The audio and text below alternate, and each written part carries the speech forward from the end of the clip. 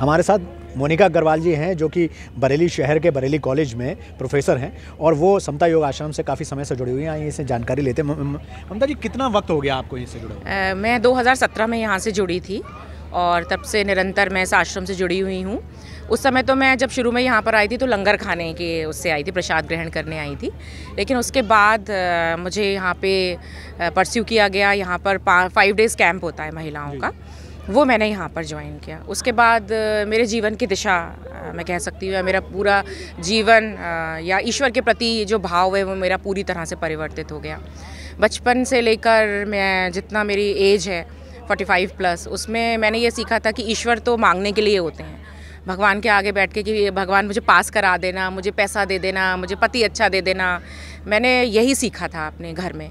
लेकिन यहाँ पर आकर मुझे ईश्वर का दूसरे ही स्वरूप के बारे में पता चला कि ईश्वर इसलिए नहीं होते हैं। ईश्वर तो हमें मनुष्य जन्म ही इसीलिए मिला है कि हम ईश्वर की खोज अपने अंदर कर पाएँ। तो ये एकदम डिफरेंट थॉट था।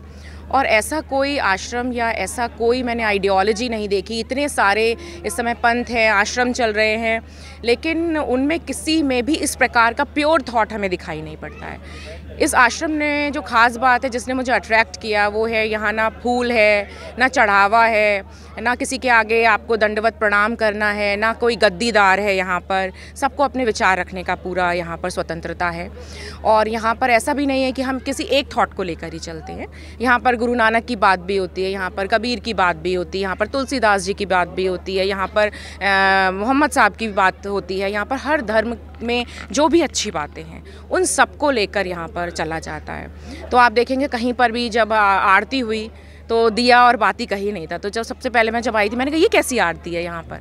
लेकिन अब समझ में आता है कि वो सब कुछ हमें अंदर है, जैसे कि आपने विचार भी अभी सुना होगा।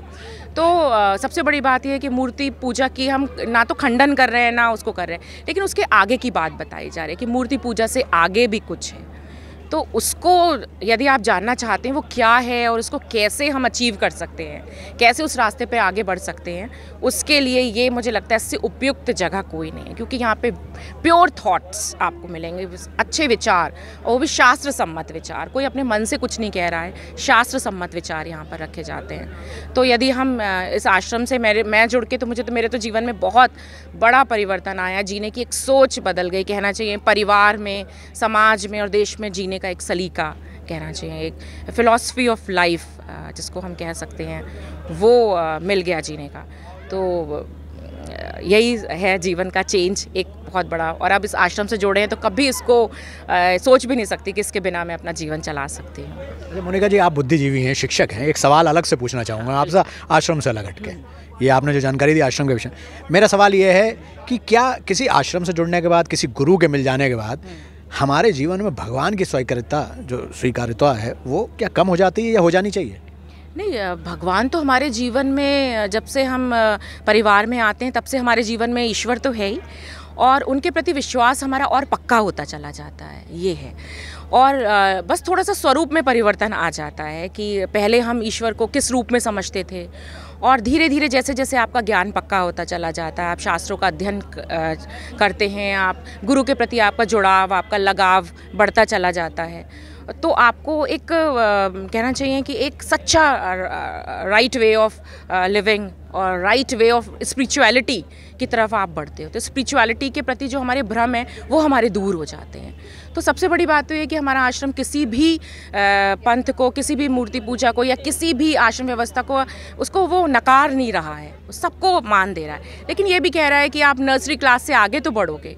नर्सरी क्लास मीन्स कि आप मूर्ति पूजा कर रहे हो, तो दैट इज़ ABCD। जैसे जब हम नर्सरी क्लास में होते हैं तो ABCD हम सीखते हैं, लेकिन बड़े क्लासेस में हम बढ़ते हैं ना। इसी तरह से यही हमारा जो स्पिरिचुअलिटी है, तो हम क्या करते हैं, तो जो मूर्ति पूजा है वो हमारा ABCD है, तो उससे आगे भी बहुत खोज है। तो वो जैसे जैसे आप इस रास्ते पे आगे बढ़ते चले जाते हो, जैसे जैसे आप अच्छे लोगों का संगत आपको मिलती है।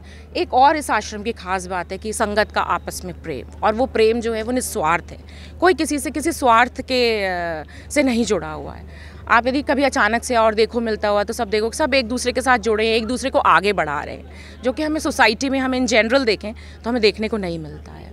तो ये भी एक बहुत अच्छी बात है। और मैं आप लोगों को सबको एनकरेज करूँगी कि आप लोग हमारे आश्रम में आइए, संडे को आश्रम में सत्संग अटेंड कीजिए। जो यहाँ पर श्री शिवनाथ अग्रवाल जी हैं, जिनको हम लोग बहुत मान सम्मान देते हैं, क्योंकि उन्होंने अपने जीवन में जिस प्रकार से ईश्वर का अनुभव किया है, शायद शहर में किसी को ये बात पता भी नहीं है।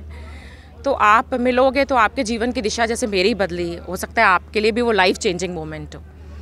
तो अब बाकी आप लोग को भी मैं इनवाइट कर रही हूँ कि हमारे आश्रम में आइए और देखिए कि कितना प्योर विचार, आइडियोलॉजी है यहाँ पे, थॉट्स है।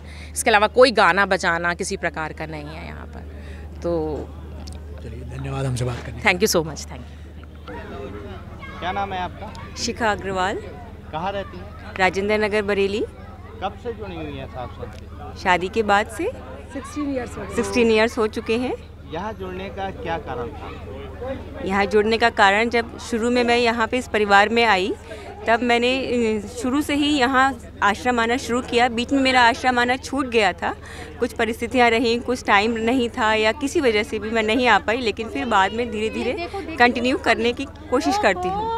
आश्रम में आने के बाद जीवन में क्या परिवर्तन पाया? बहुत सारे परिवर्तन देखने को मिले हैं। जैसे एक मन में एकाग्रता रहती है, ज्वाइन करना अच्छा लगता है, मन में शांति रहती है और मन में गलत विचार नहीं आते हैं। या आश्रम में आपको विशेष क्या लगा? सभी का प्रेम, आपस में बहुत प्रेम है सब में, बहुत अच्छे से सब लोग आपस में व्यवहार करते हैं, किसी के मन में किसी के लिए कोई गलत भावना नहीं रहती है। यहाँ कोई ढोंग व पाखंड नहीं। मेरा नाम शिवानी शर्मा है। मैं कर्मचारी नगर बरेली से हूँ।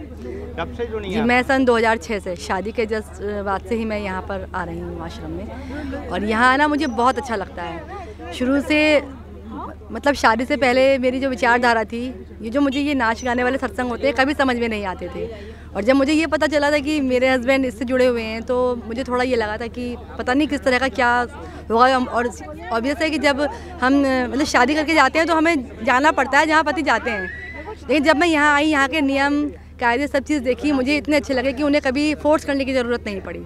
इवन मेरे बच्चे भी शुरू से ही यहाँ पर मतलब आ रहे हैं। मैम, जैसे बताते हैं कि भक्ति के सबके अलग अपने अपने तरीके अलग होती हैं। कोई नाच गा करके भी ईश्वर को मोहित करता है, जी। कोई किसी तरीके से करता है। जी। तो आप यहाँ पर आकर के, जैसे अभी आपने ये कहा कि मुझे वो तरीका पसंद नहीं था, जी।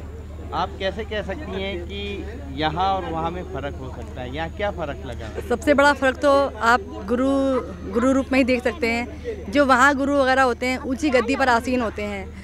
भक्तों को कहा जाता है माया मोह से दूर रहिए, खुद लाखों करोड़ों की गाड़ियों में घूमते हैं, इतने ज़्यादा शान शौकत वाला जीवन बिताते हैं। यहाँ गुरुदेव जी को देखिए, जिस सादगी में वो रहते हैं, वही संदेश वो दूसरों को देते हैं। उन्होंने अपने जीवन में कभी भी इस तरह के माया मोह का कोई भी चीज़, मतलब इस तरह का सामान ऐशो आराम का उन्होंने उस प्रयोग नहीं किया। अपने लिए उन्होंने कुछ नहीं रखा, सब कुछ अपने भक्तों के लिए, जितने भी शिष्य थे उनके लिए उनको दिया। वही बात, सादगी वाली बात जो सबसे ज़्यादा अट्रैक्ट करती है। भाई जो नियम उन्होंने खुद अपनाए वही उन्होंने औरों को दिए। उन्होंने ये नहीं किया कि अपने आप तो हम लाखों करोड़ों अरबों में खेल रहे हैं, पैसे ले लेकर हम सत्संग कर रहे हैं। भक्तों को बहकाने का तरीका ही तो है ये, और क्या है? गलत तरीका हुआ ना। अब हमें यहाँ पर दिखता है कोई किसी प्रकार का दिखावा नहीं है, कोई ढोंग नहीं है, चाहे बड़ा है चाहे छोटा, सब एक ही पंगत में बैठ के भोजन ग्रहण करते हैं। कोई कितनी भी ऊंची पदवी पर हो, उससे कोई फ़र्क नहीं पड़ता है। हर कोई समानता से बैठकर लंगर ग्रहण करता है, समानता से बैठकर सत्संग सुनते हैं। सबसे बड़ी बात है ये चीज़, सबसे ज़्यादा मतलब समानता की बात की जो जाती है, वो बात सबसे ज़्यादा प्रभावित करती है मुझे। और मैं शुरू से जुड़ी हूँ और आगे भी, मतलब मेरे बच्चे भी इसमें जुड़े हुए हैं, आगे भी आते रहेंगे। और एक मन को एक कहते हैं ना, एक आत्मिक शांति जो मिलती है यहाँ आकर, एक असीम शांति का अनुभव होता है।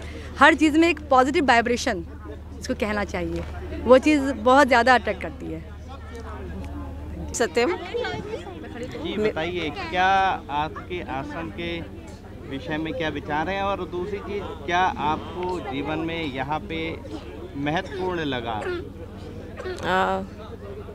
सबसे पहले तो मैं जागृति गुप्ता, मैं सबसे पहले यही कहूँगी कि मैं अभी पूर्ण रूप से, जिसको कहते हैं लग करके जुड़ना, वो अभी मैं नहीं जुड़ पाई हूँ। प्रयास पूरा है। मेरे हस्बैंड हैं, वो शुरू से इसमें आते रहे हैं, उनका जुड़ाव रहा है, उनके माध्यम से मैं भी आने लगी। यहाँ आई तो अच्छा ही लगा। और जैसा कि अभी हमारे साथ की प्रेमी जी ने ये कहा कि वाकई यहाँ पे बहुत सादगी है। गुरु का जो रूप है वही सादगी हम सबको अपने जीवन में अपनाने के लिए प्रेरणा मिलती है। और ऐसा नहीं है, भजन कीर्तन और जगह भी जो होती हैं रास मंडल, उनमें भी अपना एक आनंद है। और भगवान को प्राप्ति के लिए कोई भी कैसा भी साधन हो सकता है, चाहे वो गायन से हो, चाहे वो मनन से हो, चाहे आत्मचिंतन से हो।